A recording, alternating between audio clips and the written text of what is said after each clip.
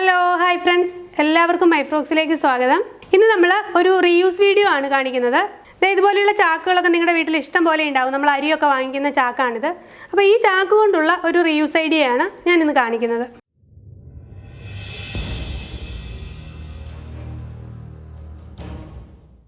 ആദ്യം നമുക്ക് ഈ ചാക്കിൻ്റെ ഈ ഭാഗം, ഏറ്റവും താഴത്തെ ഭാഗം ഒന്ന് കട്ട് ചെയ്ത് മാറ്റാം. ഇതിൻ്റെ വീതി വന്നിട്ട് 18 ഇഞ്ച് മാർക്ക് ചെയ്യുന്നു.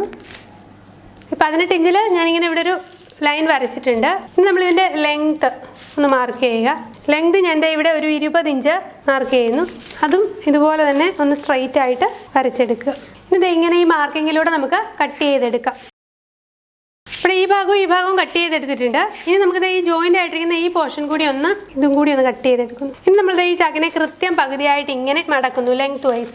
ഏറ്റവും ടോപ്പിൽ നിന്നും താഴേക്ക് ഒരു 2.5 ഇഞ്ച് ഒന്ന് മാർക്ക് ചെയ്യുന്നു. ആദ്യം 2.5 ഇഞ്ച് മാർക്ക് ചെയ്യുന്നു. അതിനുശേഷം ഈ മാർക്കിങ്ങിൽ നിന്നും താഴേക്ക് വീണ്ടും ഒരു 2 ഇഞ്ച് മാർക്ക് ചെയ്യുന്നു. ഇങ്ങോട്ടേക്കും ഒരു 2 ഇഞ്ച്.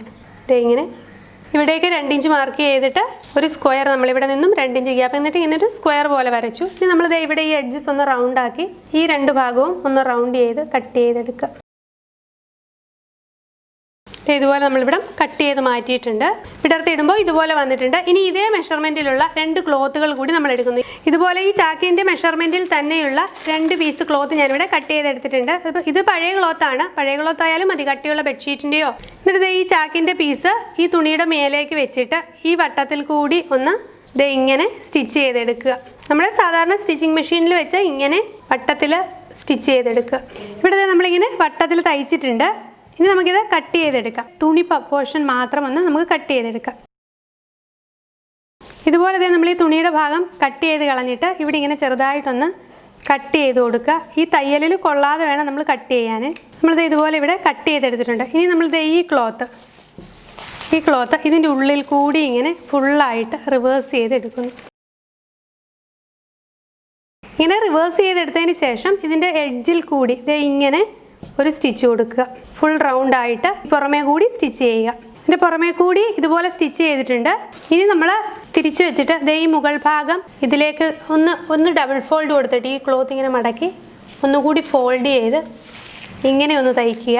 അതിനുശേഷം ഈ ക്ലോത്തും ഈ ചാക്കും തമ്മിൽ അറ്റാച്ച് ചെയ്യത്തക്ക രീതിയിൽ ഈ ബാക്കിയുള്ള 3 സൈഡും ഒരു റണ്ണിങ് സ്റ്റിച്ച് കൊടുക്കുക. ഇതുപോലെ ഇവിടെ മടക്കി തയ്ച്ചിട്ടുണ്ട്. അതുപോലെ തന്നെ ബാക്കി 3 സൈഡും കണ്ടോ ഇതുപോലെ തയ്ച്ചിട്ടുണ്ട്. മുകളിലത്തെ ഭാഗം മടക്കിയും തയ്ച്ചിട്ടുണ്ട്. ഇതുപോലെ നമ്മുടെ മറ്റേ പീസും ഇതേപോലെ തന്നെ ചെയ്തെടുക്കുക. ഇതുപോലെ 2 പീസും കണ്ടോ നമ്മൾ സ്റ്റിച്ച് ചെയ്തെടുത്തിട്ടുണ്ട്. ഇനി നമ്മൾ ഇതുപോലെ ഈ 2 പീസും ഫേസ് ടു ഫേസ് വെക്കുക. അതിനുശേഷം നമുക്ക് ഇങ്ങനെ ബാക്കി 3 സൈഡും 2 പീസുകളും തമ്മിൽ കൂട്ടി തയ്ക്കുക. ഇവിടെ വരെയും ഇങ്ങനെ സ്റ്റിച്ച് ചെയ്തെടുക്കുക. ഇതുപോലെ നമ്മൾ ബാക്കി 3 സൈഡും തയ്ച്ചെടുത്തിട്ടുണ്ട്.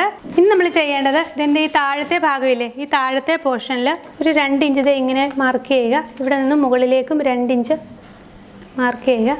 ഇതൊരു സ്ക്വയർ ആയിട്ടൊന്ന് വരയ്ക്കുക. ഇതേപോലെ തന്നെ ഇവിടെയും ഇതുപോലെ വരച്ചെടുക്കുക. എന്നിട്ട് ഈ സ്ക്വയർ ഷേപ്പിൽ ഇവിടെയും നമുക്ക് കട്ട് ചെയ്തെടുക്കാം. ഇങ്ങനെ 2 സൈഡും കട്ട് ചെയ്തതിന് ശേഷം ഇങ്ങനെ പിടിച്ചിട്ട് ഇങ്ങനെ ഒന്ന് സ്റ്റിച്ച് ചെയ്യുക. 2 സ്റ്റിച്ച് കൊടുക്കുക. ഇതേപോലെ തന്നെ മറു സൈഡും സ്റ്റിച്ച് ചെയ്തെടുക്കുക. ഇത് 2 സൈഡും നമ്മൾ തയ്ച്ചിട്ടുണ്ട്. ഇനി നമുക്കിത് റിവേഴ്സ് ചെയ്തെടുക്കാം. അങ്ങനെ നമ്മുടെ ഒരു സൂപ്പർ ബാഗ് റെഡി ആയിട്ടുണ്ട്. കണ്ടോ? അങ്ങനെ നമ്മുടെ സൂപ്പർ ഒരു ബിഗ് ഷോപ്പർ റെഡി ആയിട്ടുണ്ട്. കുറേ അധികം സാധനങ്ങൾ കൊള്ളുന്ന, നമുക്ക് മാർക്കറ്റിലൊക്കെ പോകുമ്പോൾ കൊണ്ടുപോകാൻ പറ്റിയ തരത്തിലുള്ള നല്ലൊരു ബാഗാണ്. ഇല്ലെങ്കിൽ നമുക്ക് വീട്ടിലൊരു കണ്ടെയ്നർ പോലെ കുറച്ച് തുണികളോ അല്ലെങ്കിൽ എന്തെങ്കിലും സാധനങ്ങളൊക്കെ ഇട്ട് സൂക്ഷിക്കാനും പറ്റിയ ഒരു ബാഗ് തന്നെയാണ്. വളരെ ഈസി ആയിട്ട് നമുക്ക് ചെയ്തെടുക്കാൻ പറ്റും. അപ്പോൾ എല്ലാവരും ഇതൊന്ന് ട്രൈ ചെയ്ത് നോക്കുക. എല്ലാവരും ഷെയർ ചെയ്യുക, കമൻറ്റ് ചെയ്യുക, സബ്സ്ക്രൈബ് ചെയ്യുക. Thank you for watching.